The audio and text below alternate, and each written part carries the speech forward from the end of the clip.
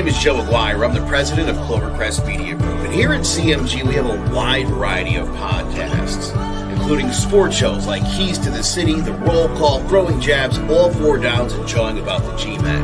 And great true crime shows like Stinky Week, Crimes and Consequences, Ivy League Murders, and Bird, the unsolved murder of David Eichmann. You can find all these podcasts and so much more by visiting clovercrestmedia.com.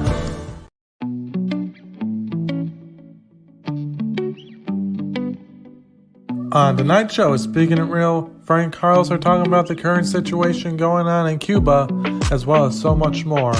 The show starts now.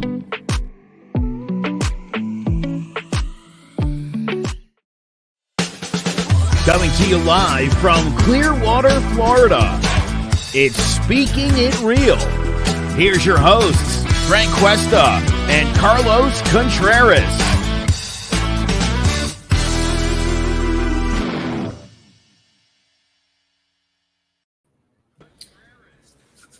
Well. Another Friday is upon us. Hey, everybody. Good to have you with us tonight, Friday night.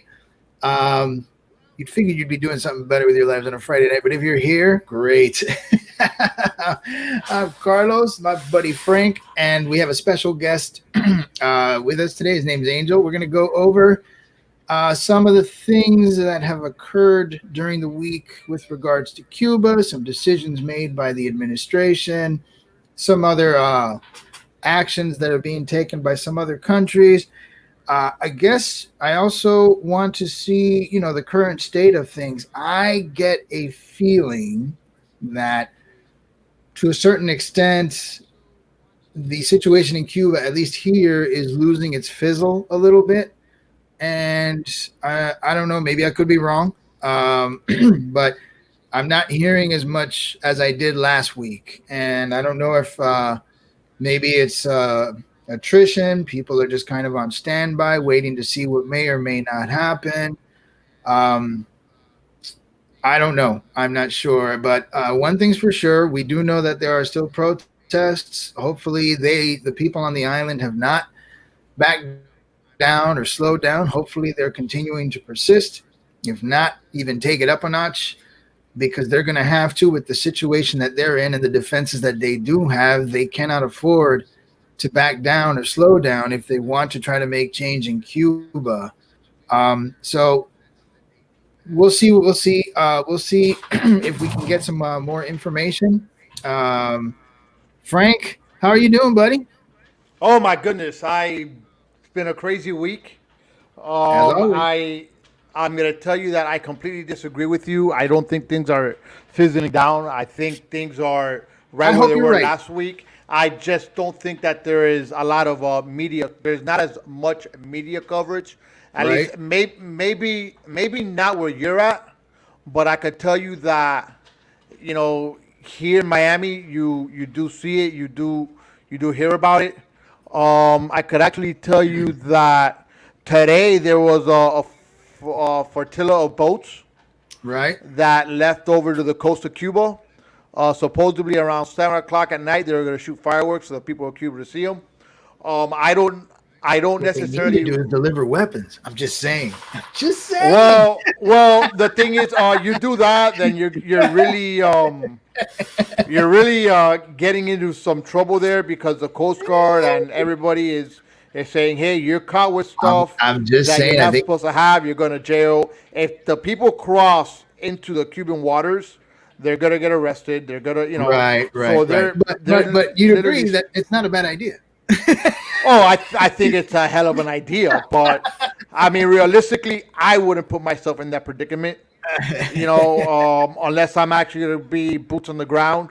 Yeah, and it's just something to get things straight over there.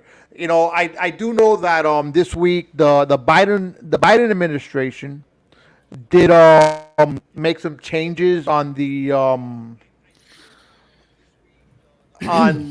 on some policies, or he put some sanctions on, I think, a couple of military leaders, and I think one of the military squads or something. Correct. And you know what? I mean, that's great, I guess. I think I'm going to ask Angel some questions about that here in a little bit because, I mean, I'm not going to criticize Biden for trying to do something. Anything any president does to try to help Cuba, fine, But my question is really, do these decisions really have an effect on Cuba, on the leadership? I mean, they're so sneaky. I don't know. And I think Angel will be able to provide some clarity for that. But at least he's finally awake at the wheel and he's doing something. And I'm not going to get into whole, accusations about pandering and whatnot. Again, if you're going to do something to help Cuba, great. Will it help? I don't know. I honestly don't know. And I think Angel will provide us some clarity with that going forward. So, Frank, why don't you tell everybody about our special guest? Well, we have Angel Torella, correct? I pronounced it right? Okay. I'm sure if I pronounce it wrong, he's going to tell me. Don't feel bad. I kill everybody's name. So he actually came from Cuba, I believe it was 17 years ago. He went from Cuba into Canada, but you know what? I'll bring him on. I'll let him just introduce himself. Angel, you're on the mic. Okay, thank you guys, and I would like to say first, thanks for giving me the opportunity to express my opinions here, my ideas here. So my name is Angel Torrella. In Spanish, sounds a little bit different, but I won't actually force anybody to try. So in Spanish, is Angel Torrella. So it sounds very different. So I'm from Cuba, from Havana City. So I lived there in different places in Havana City. So originally from Old Havana, then Guanabacoa, then Cerro, Vedado, and the last place was Cohiba. So a very, very interesting small town, very, very close to Havana City. So I came to Canada 17 years ago as a ski worker. So I applied for a ski worker program, and I had the opportunity to come to this amazing country. I came with my family. I'm one of the few lucky ones that can say I travel. I left Cuba with my family. So yes, I'm a lucky one. But was planned. Actually, was not just that arrived to my hands. So I planned it for years, and since I arrived to Canada, imagine the life of every immigrant. To make the story short, because this is not about me, I'm a teacher. I'm an art teacher. So I'm an artist. I'm graduated from San Alejandro Academy of Art in Havana and the Superior Institute of Arts, also in Havana. Right now, I'm for the last 15 years being a teacher here in Canada, teaching art and teaching lots of computer, lots of Photoshop and that kind of things, and also dedicated to printing. So I do lots of my art printing. This is who I am. Okay, I'm basically a regular Cuban. Even when people don't know, because every time I tell people here in Canada I'm from Cuba, they say, but you're not black. Wow. Wow. So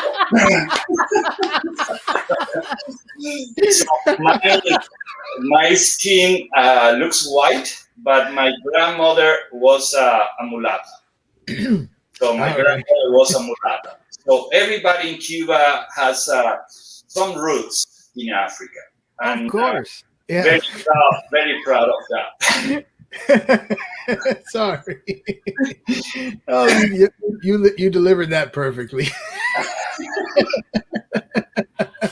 And it's funny you say that because, when I left Miami, I ended up in Venice. I started out in Sarasota before I ended up here in St. Petersburg. And It's very white American community. Very nice people, but this is what happens when you're not well informed. So because I show up, my name is Spanish, I'm tall, I'm brown. The first thing, the first question is, "Are you Mexican?" That's like the default Hispanic. Like, once you leave Miami, you're Mexican until clarified. The second question I have every time is, "Oh, then you like tortillas?" There you go. See?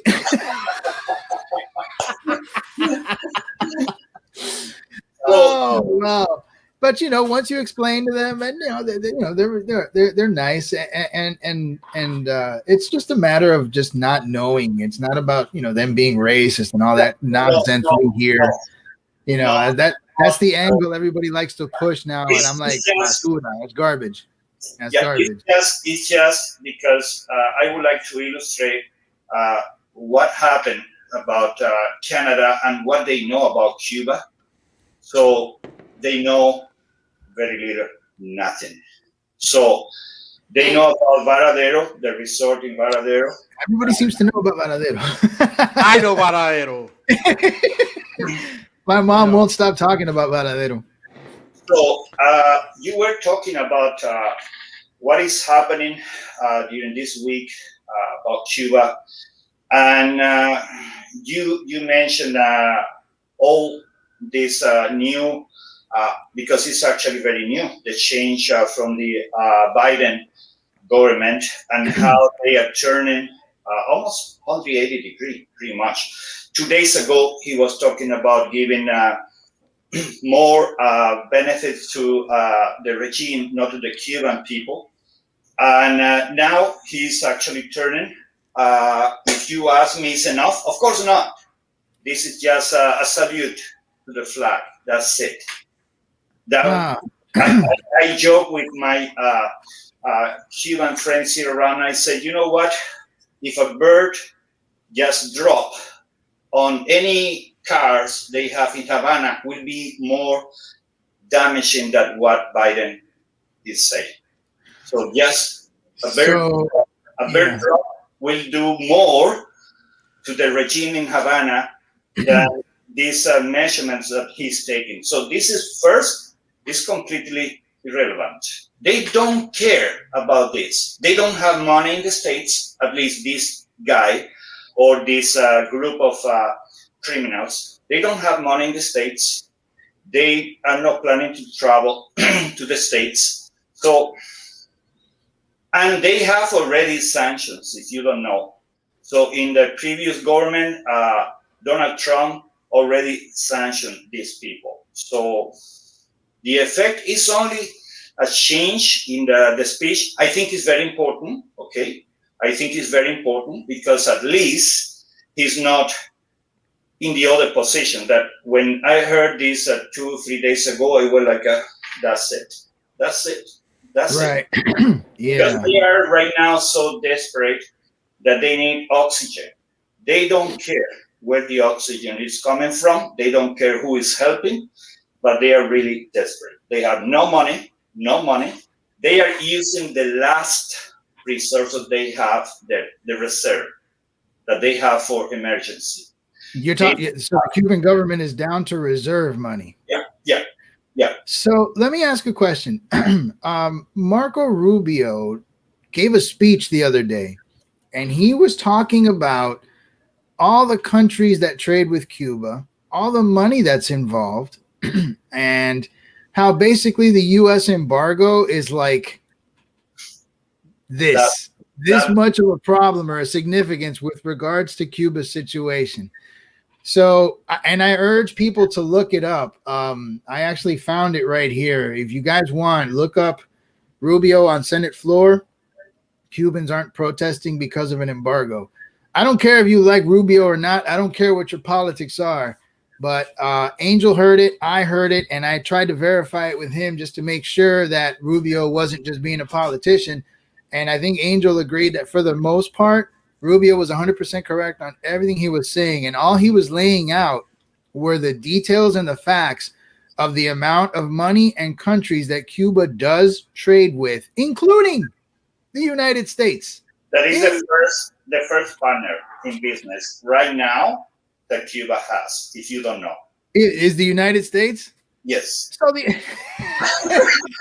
awesome. That I'm glad you said that, because you still have a lot of idiots out there walking around thinking the embargo, and it's like right now I can tell you the first partner that they have in business is US.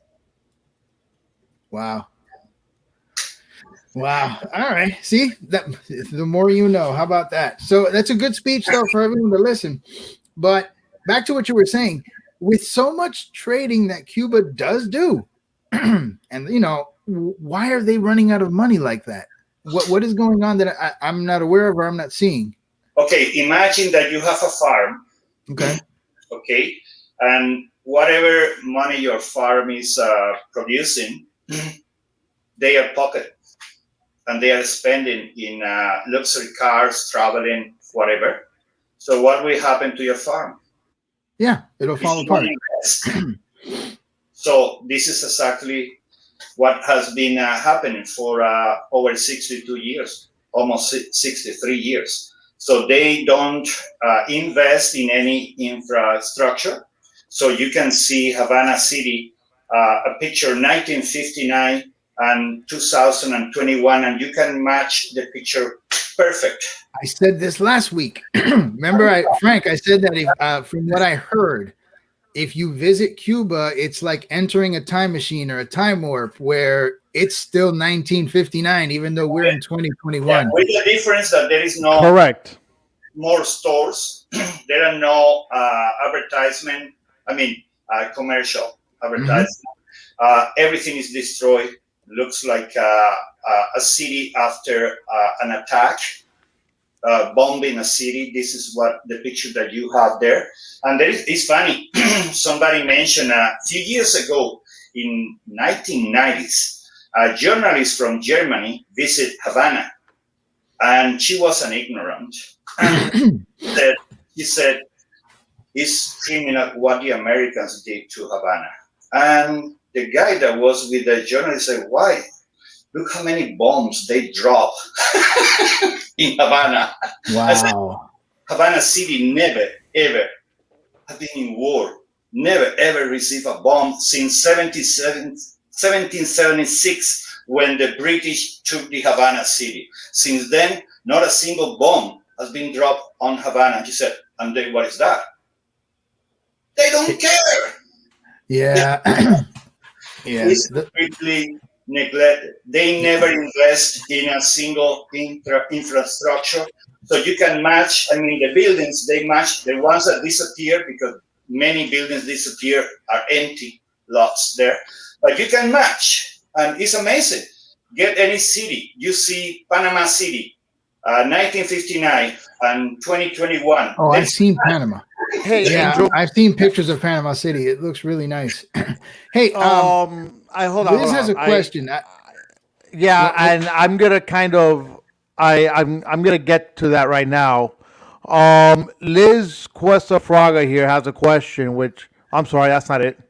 Where she's asking you, how do you know that? And I'm gonna. I think she's asking regarding the U.S. being their number one business. Correct. Partner. Now, right. I'm gonna tell you this, and I mean, as you're speaking, if you notice, I wasn't really looking much at the camera. I was looking elsewhere, and not to really go against you, or but what I'm looked up, and I just looked up, does anyone trade? Does anyone trade with Cuba? Okay, so what I'm looking at here says Cuba has been a member of the World Trade Organization since 1995. The European Union is Cuba's largest trading partner, and the United States is the fifth largest exporter to Cuba. 6.6% of Cuba's imports come from the United States. Now, I saw something else on here that says Venezuela is Cuba's primary import partner is Venezuela. The second largest trade partner is Canada with 22% of the share of the Cuban export market. The Secretary of Press from Biden government, she actually gave some numbers a few days ago. in a press conference, and she was actually providing all the numbers. If anybody wants actually to research more in these numbers, and she was actually giving probably a year ago was a different country, but I can tell you right now, in this moment that we are talking, the first business partner that Cuba has is the States. It's not any other country. You got this information from Jen Psaki? Yeah. Okay. All right. We'll look at it. Yeah. We'll look at it. We'll verify it. Well, so you know something, Angel, real quick. This show, we just talk organically. None of us pretend to be experts. And sometimes somebody will say something and we'll say, hey, we'll verify it. We'll look it up later because we don't try to know everything, but we're just trying to inform not only ourselves, but everybody who's watching. So by all means, if he says Saki said it, we'll look it up. Let me ask you. She even mentioned that she said, if you want to actually check all these numbers, you can go to the government website, U.S. government website, and all the numbers are actually reflected there. And if you want even more, you can actually download all the PDF with all the contracts. Wow. Okay. Then the information's out there. And then she probably told you to circle back with her once you did. Go ahead, Frank. So my question to you, what do you think about – damn it, I lost it. Hold on, I'm sorry. Mexico, right? Mexico is sending – yeah, it's breaking up. No. Go ahead. All right, Mexico is sending 2 boatloads of food, medical aid to Cuba. Would you agree with that? Would you disagree with that? What are your thoughts on Mexico helping out with food, medical aid? Do you think it's going to go to the people? Okay, what will happen for sure, as I said at the beginning, they are using right now the reserves. So whatever is getting into Cuba right now as a donation, they won't give it to the people first. They never did. In over 62 years, not a single free item has been delivered to Cuban people there. And I remember buying oil, rice, milk with a sign that said, donation to the Cuban people. Do not sell it. This is not for sale. And I remember buying this using American dollar to buy this milk, this rice, all these products. Never, ever the regime gave to the Cuban people anything, nothing, none. So the regime has been receiving help for many, many years, and not a single item, not a soap, not a can of beans, nothing, absolutely nothing, ever. And if you have one, show me. That will be actually the first one in 62 years that the regime gave something to the Cuban people. They receive all this donation and they sell it. Right now, I won't believe that they will sell it. You know why? Because they are using the reserve. So what they do in order to keep this regime in power, because they are in the business of power. That's it. Simple. And then what they need is they need the reserve, always fill it. And then if they get more, they will start selling to the people, but not even in Cuban pesos anymore. They will be selling in American dollar. Now they are selling even in American dollar. To make people's life there more miserable, they are selling now everything in euros. So you need to get euros first, and then you can buy if you need a soap, if you need something like that. So donation that is getting to the Cuba soil, the regime will steal it. And they will first fill the reserve. And what is the reserve? Okay, everything that they need to keep the regime working.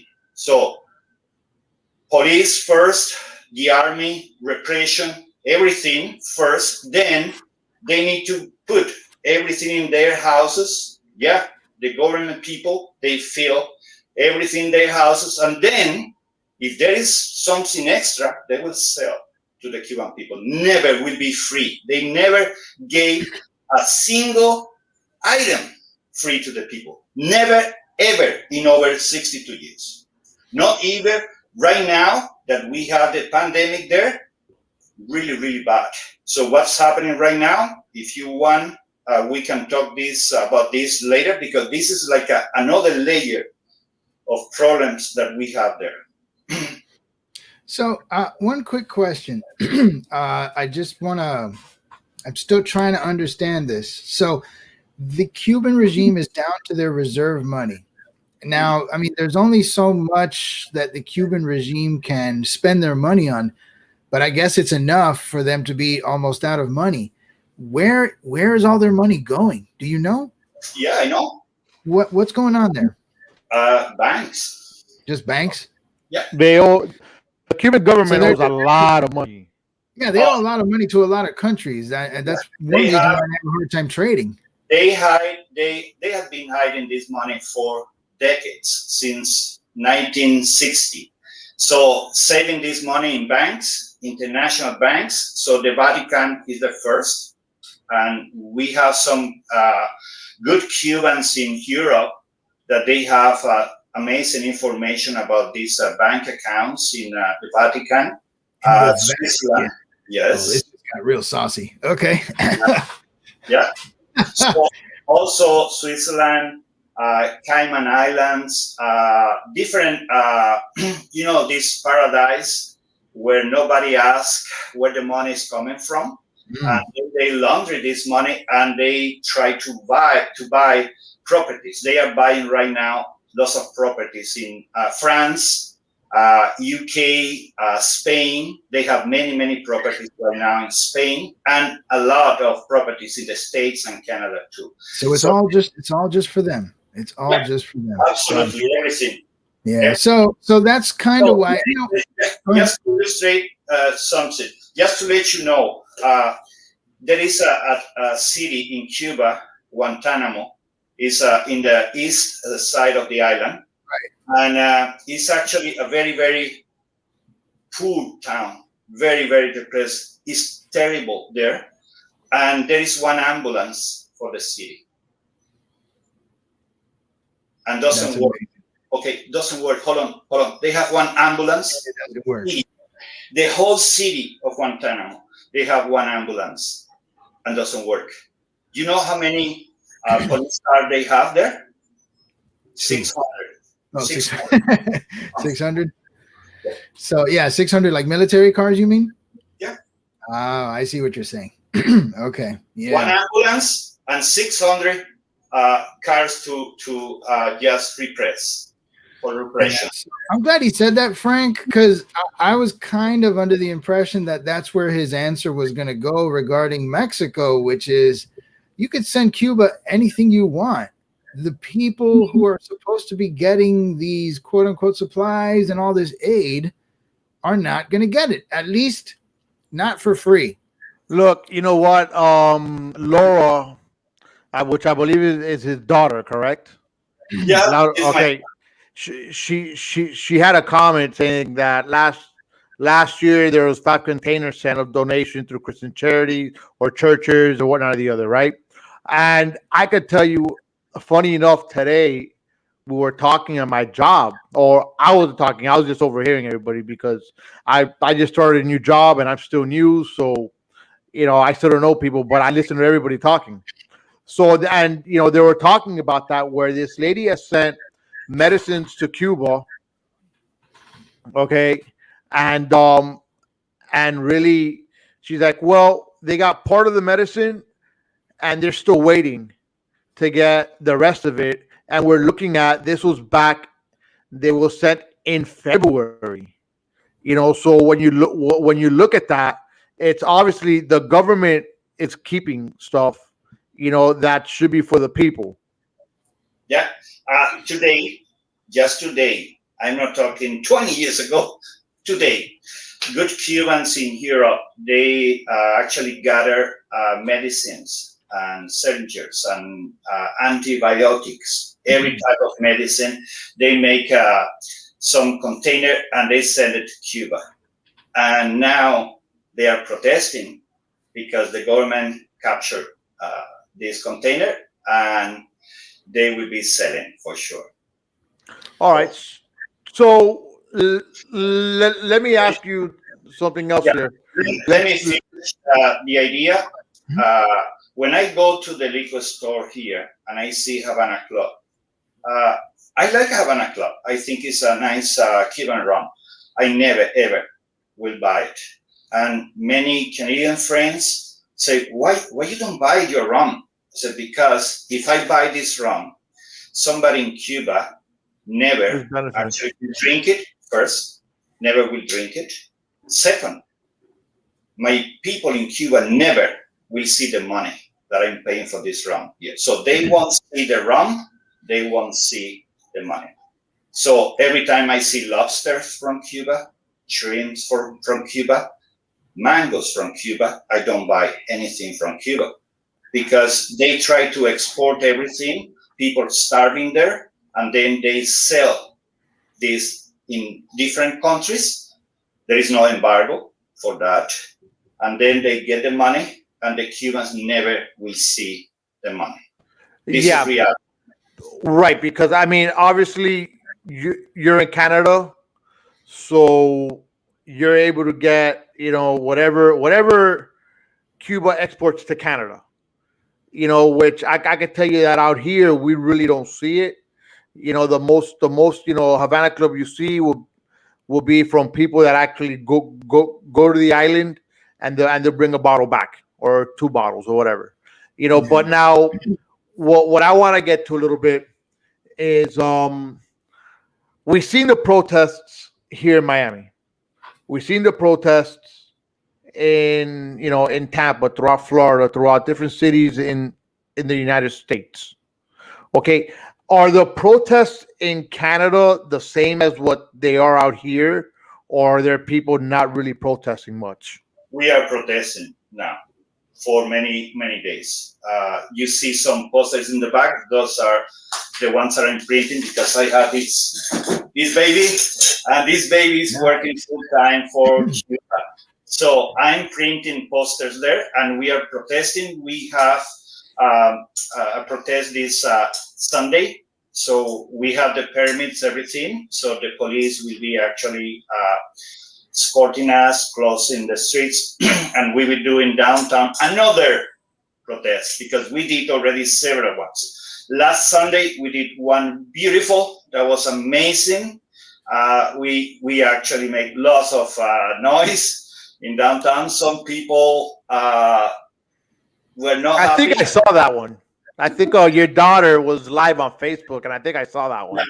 So some people, we have to educate people. That's why we are doing the protest, to support our people in Cuba, but also to educate people here because they know nothing about Cuba.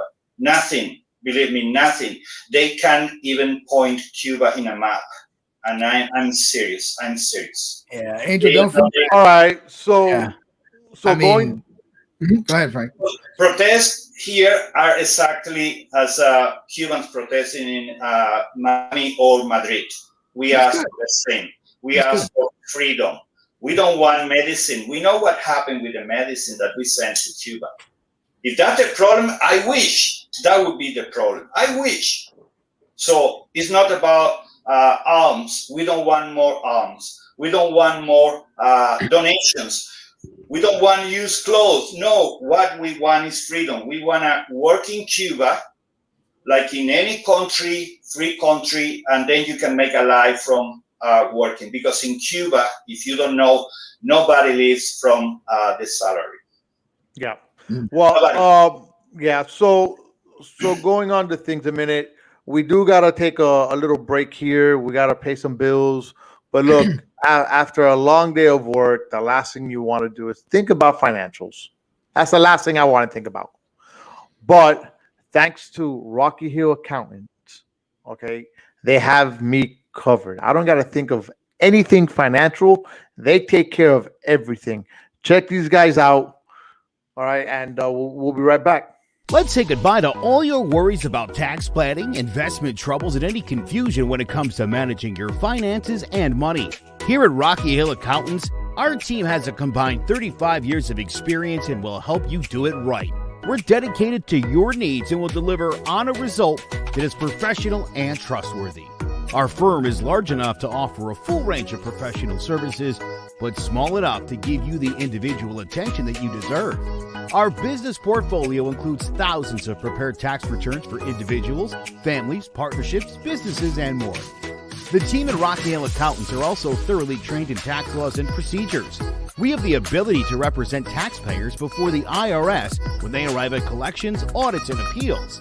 This allows us to offer our accuracy and audit guarantee to tax clients.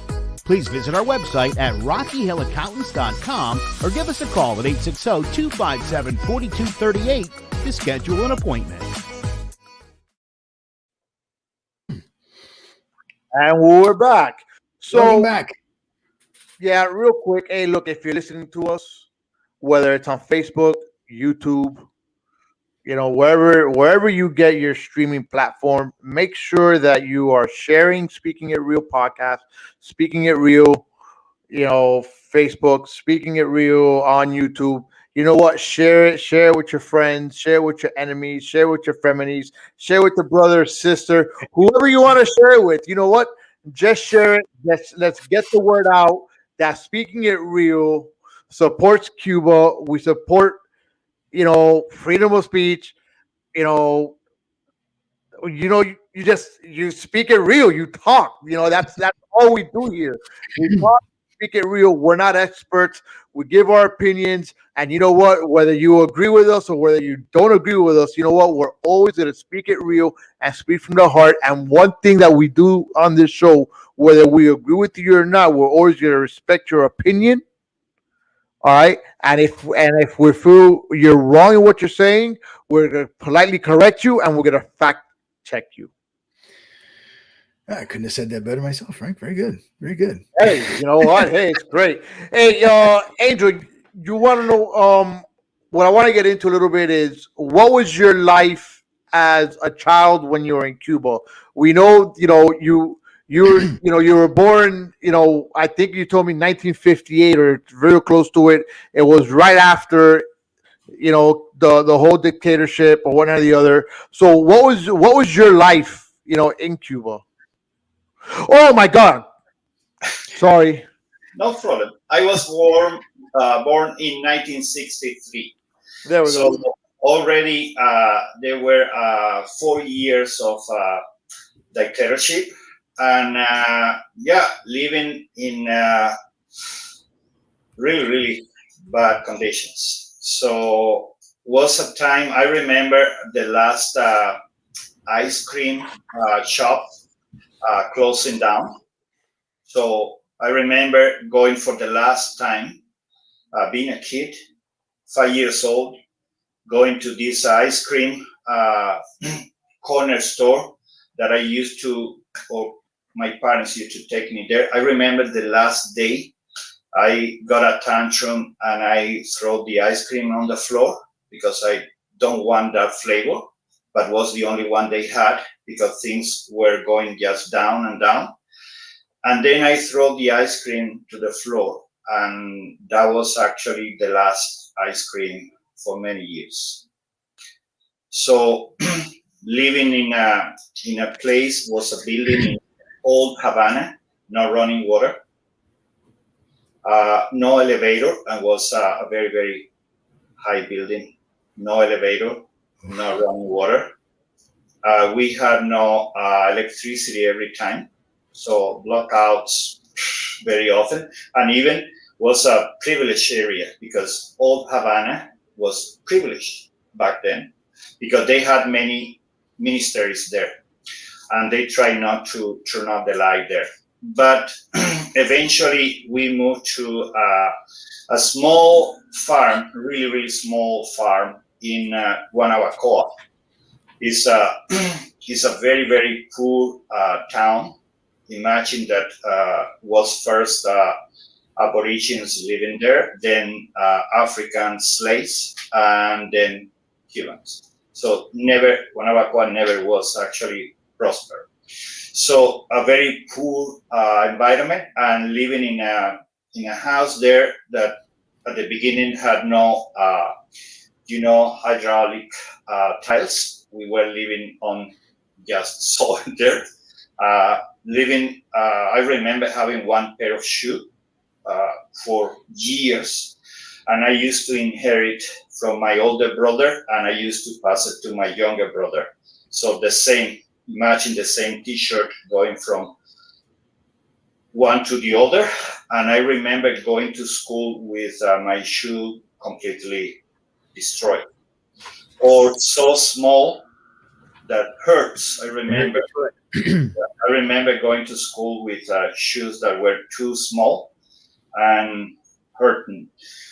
So was a very, very poor childhood, very poor is what can I say. I remember having a toy once a year. So then we eventually had a situation. Fidel Castro wants the farm. Yeah, that was. Say that again. Fidel Castro wants our farm. Oh, he wants the farm. All right, I got you. Yeah. One day, I remember, that was the first time I met him. Yeah, I saw him there.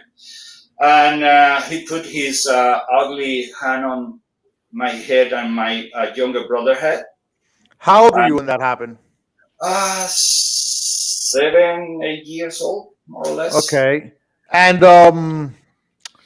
so I'm going to assume that at that point you were going to school.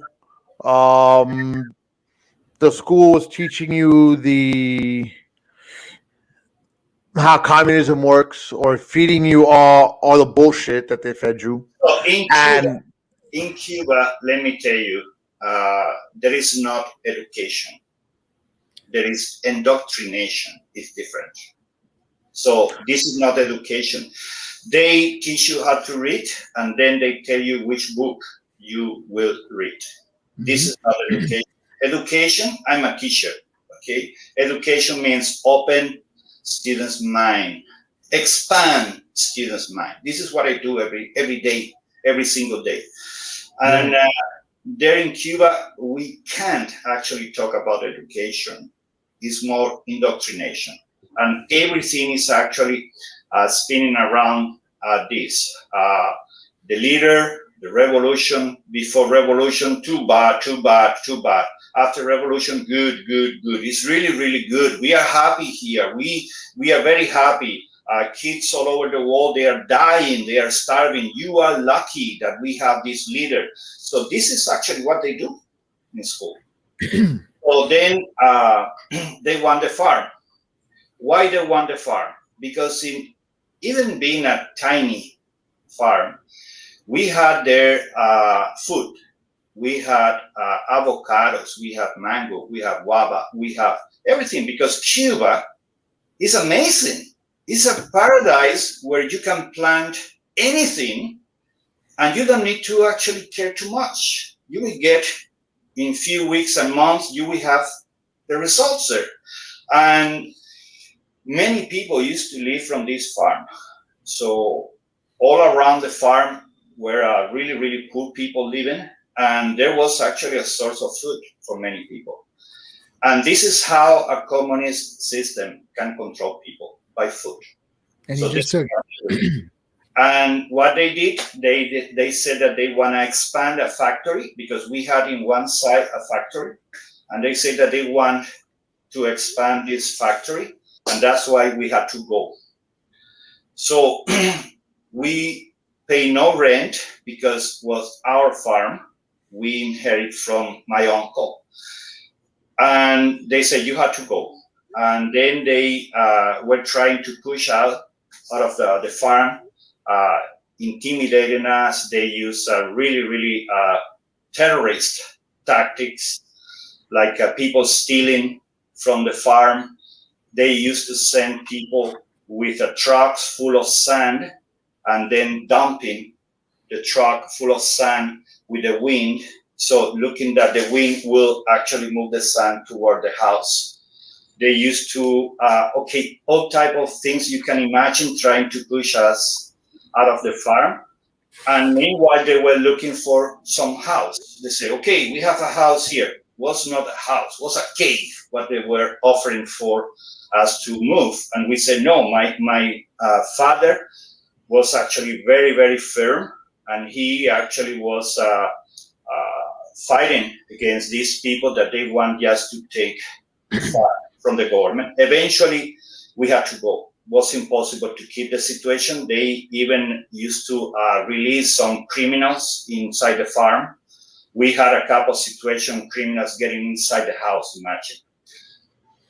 Then we moved to a house that they assigned to us in Vedado, and we had to pay rent to the government. So we had a farm that was ours. And now you're paying rent in some tiny property because they wanted to expand the factory. And so just like that. What they did to the farm, they used TNT for the big trees, and they just blew the trees out. Blew everything. We have there avocados, 200 years old trees. You have no idea how big these avocado trees used to be. Just imagine the amount of avocado, mango, guava, lemon. Just down. They just cut everything. They cut it using, bulldozers. They just killed everything, and you can check now in Google what is there. They never built a factory. They just destroyed the source of food that we had there.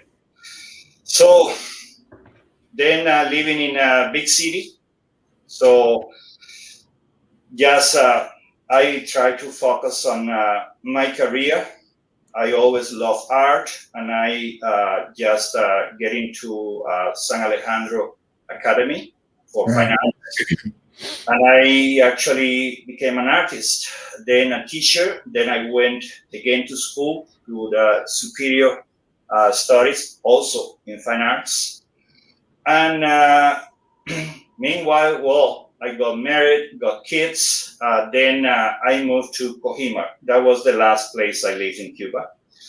And I had one house that I built from down everything. I built from scratch with my own hands. So I'm an artist, and I built this house with my own hands. And then I had to also, I got the opportunity to inherit another house very close there, side by side almost. And I had actually a better situation in terms of space for myself to work, and even renting one of the houses.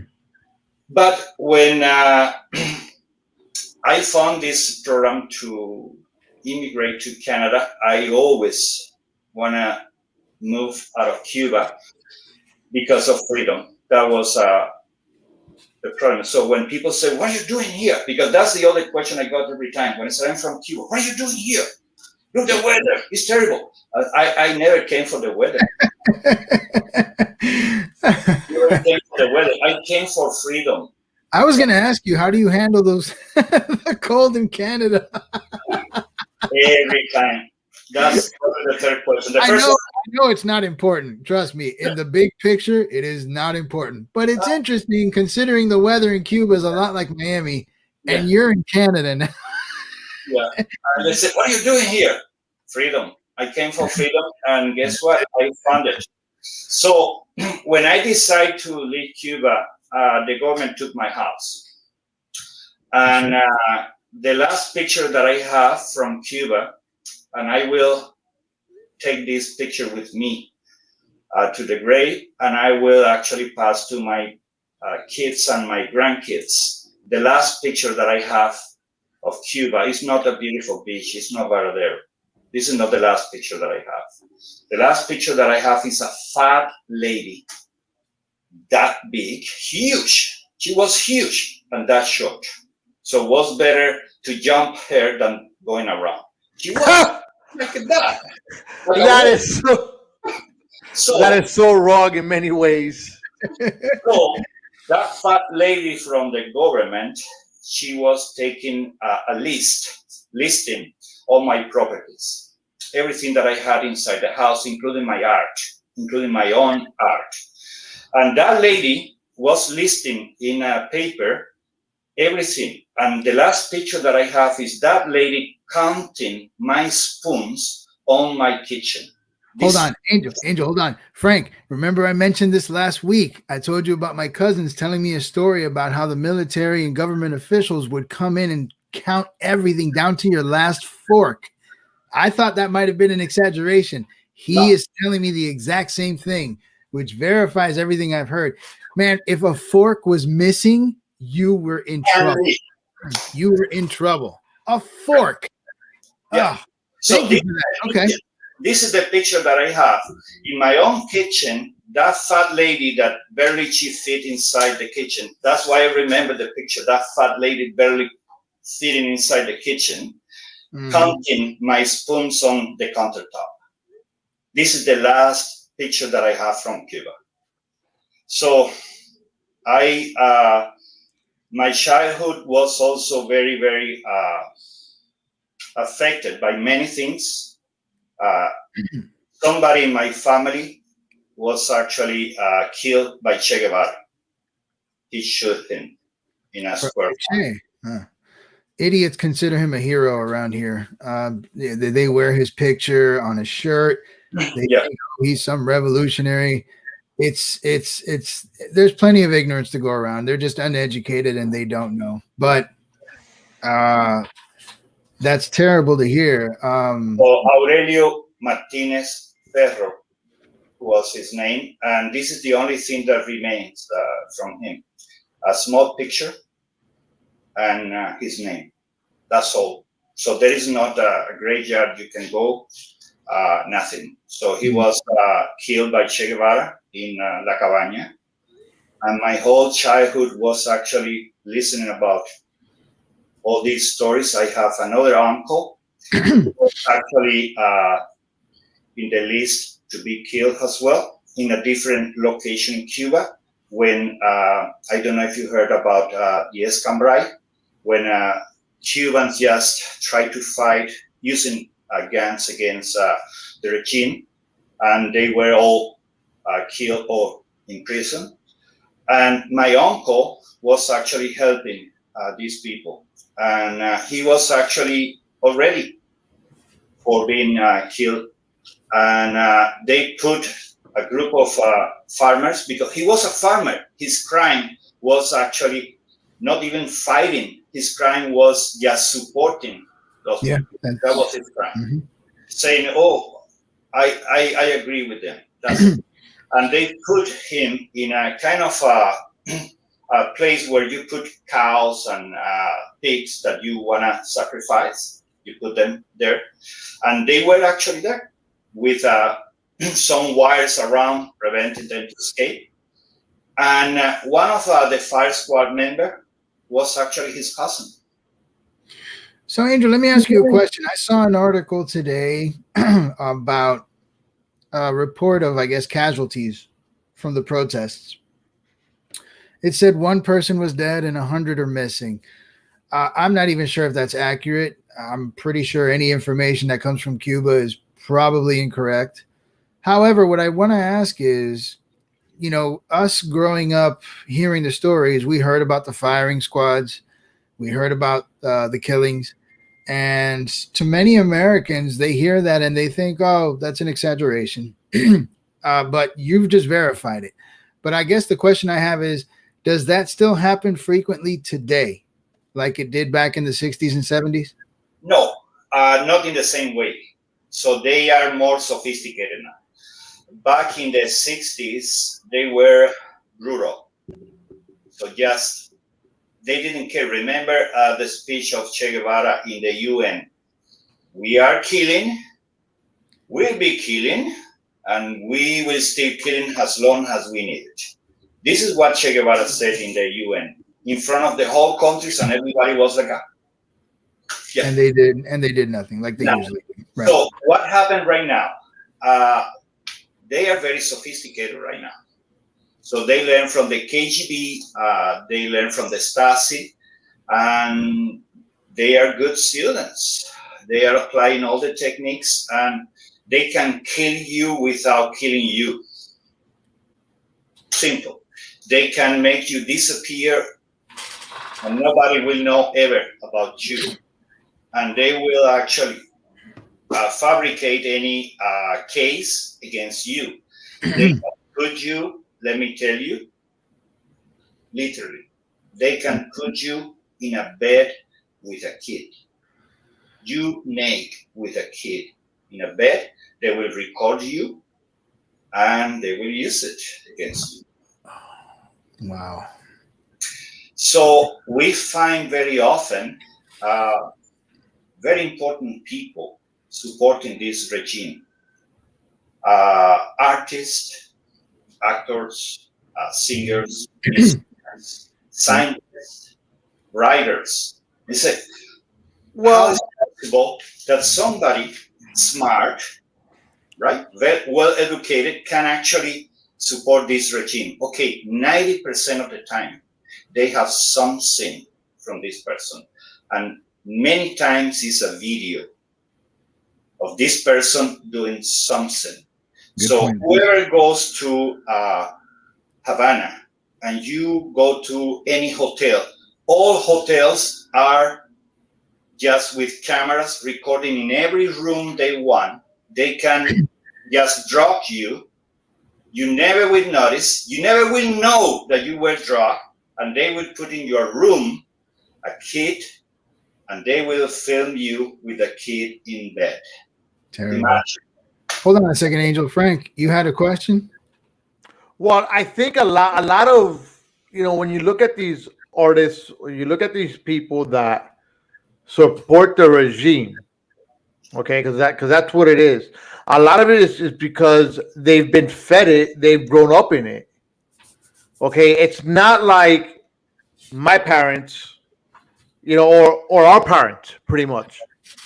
Okay, that actually saw that change. In Angel's case, if it wasn't for the fact that his parents, when he was going to school, he will come back home and be like, hey, you can't believe this garbage. So that's just part of the whole brainwashing of this system, that when you grow up in it and your parents don't go against it, you become it. You become that system. And I think I think a lot with the generations, hey, look, you don't have that old time generation that went through the change. You have people that are already living in it. Then they have kids. Their kids have kids. So it goes down. So then it takes for this new school of Cubans that their parents, are the ones that are telling them, hey, no, this is not what it is. And a lot of, like, now with this movement, when you look at it, this movement it wasn't started by the people in Cuba. It was started a lot by artists that have fled Cuba. So, when you grow up in that regime and you don't have the backing at home, you're going to believe what's there. Am I right, or am I, I do remember arriving home with some whatever from school, and I remember my parents most of the time terrified, not because they knew the type of kids we were. All my siblings as well. We are 5, and I remember coming back from school, and my parents were terrified. Not because they believed that they would be becoming some like those people, but terrified that we would find eventually that was a big lie. And I remember we had a very old radio, but was really good capturing station from Florida and the BBC from London. And I remember listening. I'm talking about guys 13 years old. So imagine 12, 13 years old kid, instead of trying to listen, I don't know, music, whatever, I were actually very interested in listening from outside. And I remember listening one station telling Cuban people, fight, put bombs, whatever, fight. And I remember my father came into the room, and I had that station. It was from Alpha 66. You know, I remember. I've heard of that. Yeah. Yeah, Alpha 66 is a hot topic in Cuba. Yeah. And I've been listening actually this station in my room, and my father went into the room, and my father was like pale. He panicked. Because again, we had in the family always this ghost about the family that was killed by Che Guevara, and my uncle that almost got killed. He saved his life because one of the members in the fight was actually his cousin. And he said, "What are you doing here? Go!" And he let him go, or I would have never met my uncle. So I remember the face of my father. He was pale, like this white wall that you see there. And he said, please, don't do it, because he knew. And he said, please don't do anything. Was a campaign to do graffitis in the street. And I said, yeah. And I did, actually. He never knew. I said, I promise. But yeah, he never knew, but I did. Angel walking around Cuba with some testicular fortitude. He never knew. But, I did. Amazing. So, I mean, hey, I commend your bravery, but yeah, I understand your dad's position. I mean, he just wants you to be safe and sound, and you're doing everything to upset upset the government. And then I understand. The next problem is your kids. So you went through all this, and then your kids. That's the next. So after living generation after generation, so my parents they were, before Castro took the government, they were actually supporting Castro. So my mother was part of July 26th movement, just giving flyers in the street, and she was actually sometimes in a very, very dangerous situation. Batista was not an angel, and he used to kill people too. Right. My father, he was very tied to the army at the very beginning of the revolution, and he used to go home with AK and green uniform. But very soon, they just got it and said, this is not what we thought about. And they quit everything. My father quit the army, and my mother never actually were linked to the government or something like that. We were always that family that very respecting the neighborhood, just honest workers, and but never actually we had any kind of, Angel, you just said something that I was hoping I could ask you, and you kind of said it. Last week, I know I kind of gave everybody a brief review of the way things happened in Cuba. Batista was elected. Then when his presidency expired, he didn't leave. So he became a dictator. And then Castro started drumming up support. He even had support from the United States, and eventually took over. My question, I guess, and this is probably one thing I have not heard, and I think it's interesting for everyone to kind of hear. And you don't have to give too many details, but when did, because your dad, I think what you just explained about what your dad said is what I want to understand. When did the people begin to notice or understand that what Fidel was feeding you was a bunch of lies? When did that happen? From the very beginning. So he came in promising you all sorts of wonderfulness, free this, free that, equality, all the beautiful stuff we kind of hear here nowadays.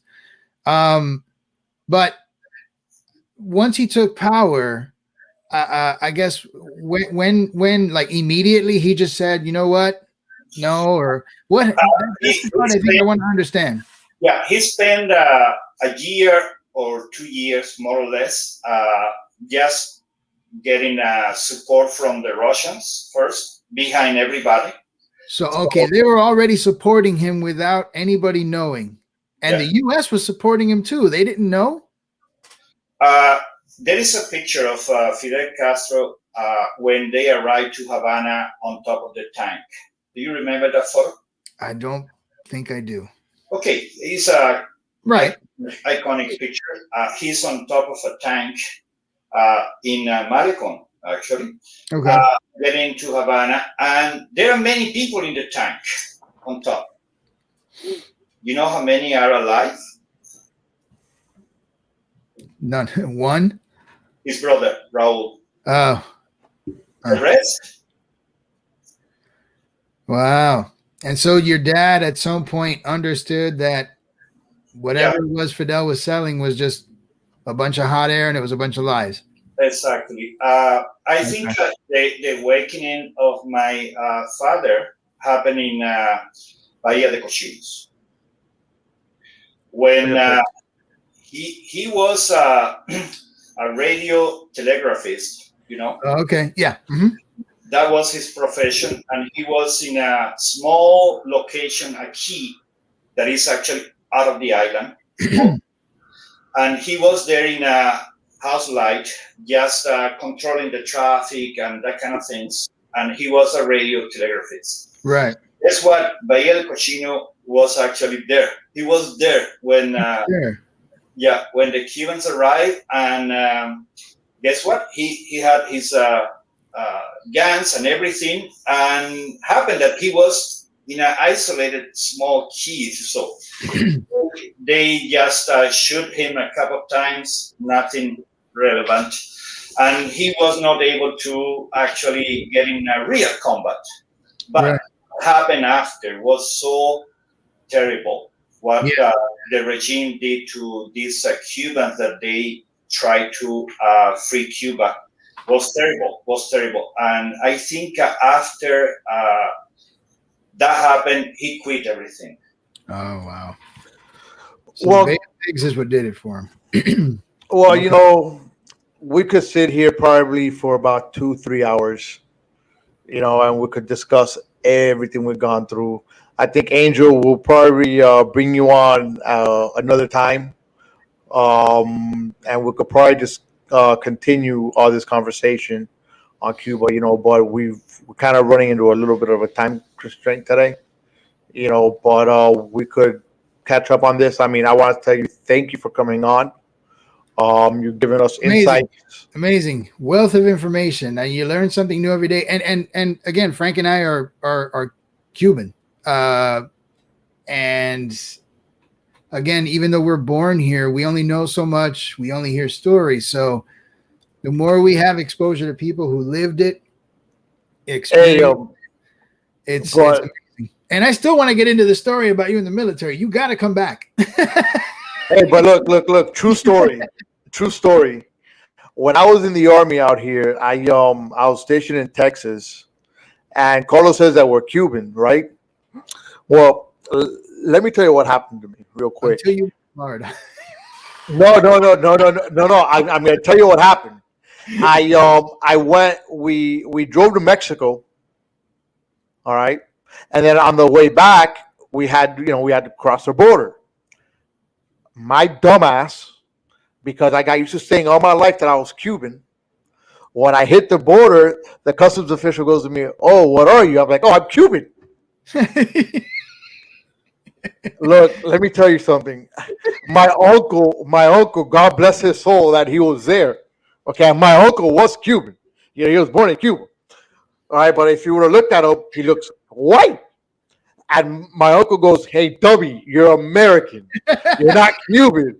Do you not realize where you're at?" And I was like, "Oh, damn." I'm like, I'm sorry. I'm American. Here's my military ID. Here's this, here's that. You know, so that's one of those things where we we're American, we're Cuban by blood. It runs through us. You know, I do have one final question, and this is actually not serious at all. We're just to take it to a lighter note, but Angel is a Cuban in Canada, and I have to ask this question. Angel, one thing that Americans like to, everyone's always got their theories, their little conspiracy theories. And so there's been internet memes and pictures and all that, assuming or thinking that Justin Trudeau is actually Fidel's kid. Is that true?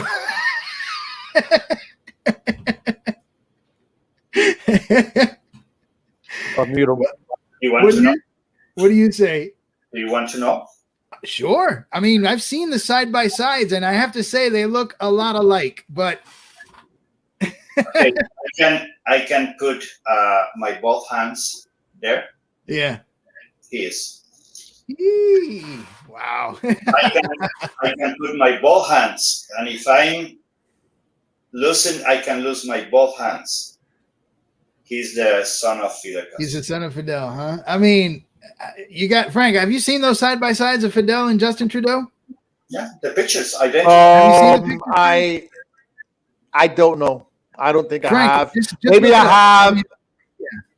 Okay, get the Trudeau father, okay, and put Castro in one side and put Justin Trudeau in the middle. Yeah, he looks nothing like his dad.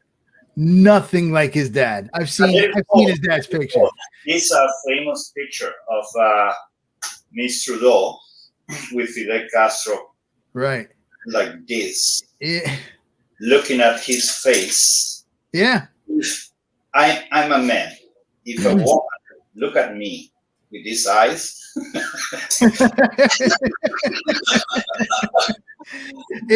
I had to ask. I said, "Wait a minute, this man's in Canada." If a woman look at me with these eyes, I think Frank's looking at those pictures now. Frank. So there is something that I would like to say. I know, guys, that my time is over. Yeah, correct? We're pretty much done, but I just figured let me end it on a light note and ask you this question. You can bet. Many people actually ask him to do a DNA test. That would be easy. If he's not, and he won't do it. Huh? He won't do it. He won't do it. He said that he won't do it. When there is a confession of part, you can remove the proof. So there is already a confession. So Angel, yes, go ahead. No, go ahead. I'm sorry. So first, I would like to say thank you, guys. Thank you for the opportunity of sharing a little bit of history, very personal, but I think it's part of the Cuba history that is not known for most of the people. So this is actually look for Trudeau father. You will see that it's like not even close. Not even close. Yeah, man. Yeah, Frank. When you have, I mean, if you can do it really quick, that's fine. But if you look up Trudeau's quote unquote real dad, dude, nothing. Angel, I hope you come back because I did want to touch on your story about how you decided to take your status as a Cuban citizen to the extreme of insanity. And I'm going to leave it right there. I don't want to ruin the story. I definitely want you to come back for that. And I also hope you come back because we touched a little bit about how Cuba can get out of this mess. And I told you that last week on last week's episode, I just by looking at the Cuban scenario can only see bloodshed and civil war. And you were gonna